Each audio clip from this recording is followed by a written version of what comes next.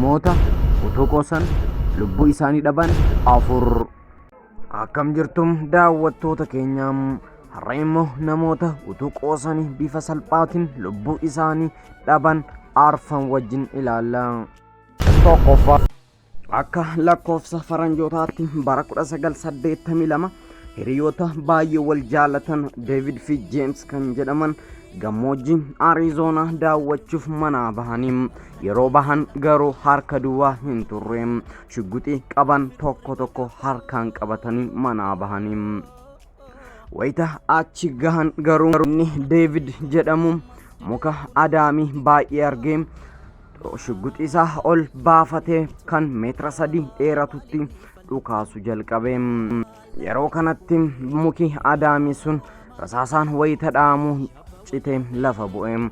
Yeroo lafa bu'u argee kan gammade David baay'ee gammachuu keessa bahe kan biroo barbaade muka adaamii kan biroo barbaade kan meetira 8 ol dheeratu wayita rukutu muki adaamii sun irratti jiguudhaan lubbuu isaa baay'ee qaalii ta'e sana dhabamsiisuu danda'eera.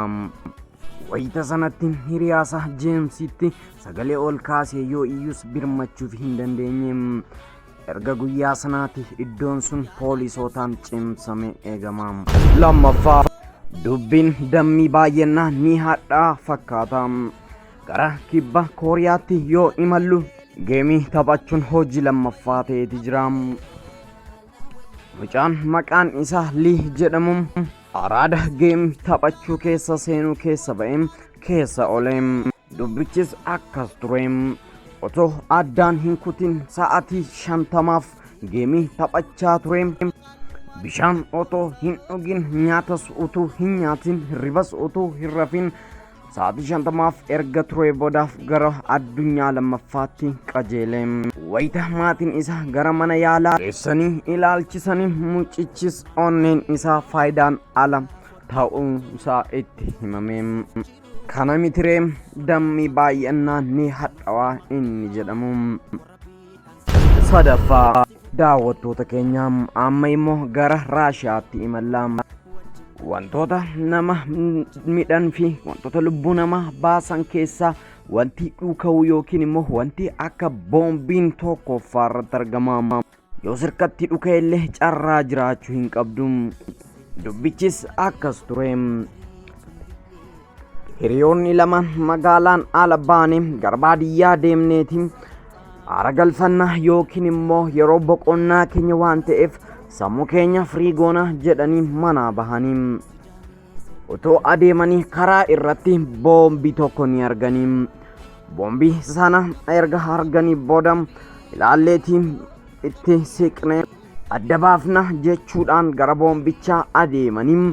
Boombichi akka shiboon isaa yookiin immoo akka dhuka wanti godhu sun itti buqqa'uusaa hin argine yookiin hin hubanne ture. Erga boombicha lafaa fudhanii booda jarattiin kun seelfii ka'uudhaan boombicha harkaan qabanii seelfii dhukaa ka'uu eegalanii. Boombichi sababa buqqee tureef yerooma sanatti boombichi harkatti xaaxa'uun lubbuu isaanii balleesse. Suuraan inni sirriin isa argitan kana ture.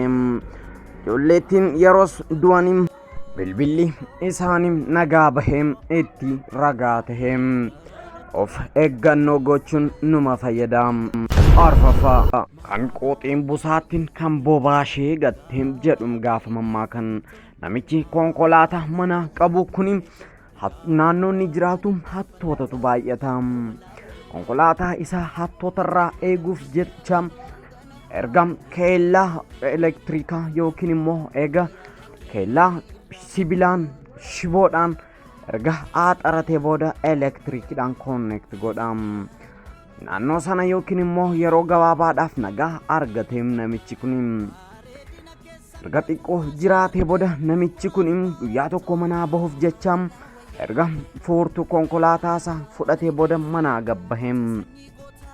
Suwichi keellaa sana utuu hin cufin bahee ture. Wayita sanatti keellaan sunis isa qabatee ajjeesa. Garuun hamma tokko utuu volteejii ibsaa sana hir'iseera ta'e carraa olu qaba.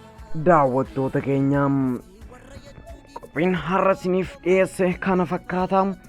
Qophiin gara birootiin hamma wal arginutti nagaatti nuuf turaa isin jaalannaa.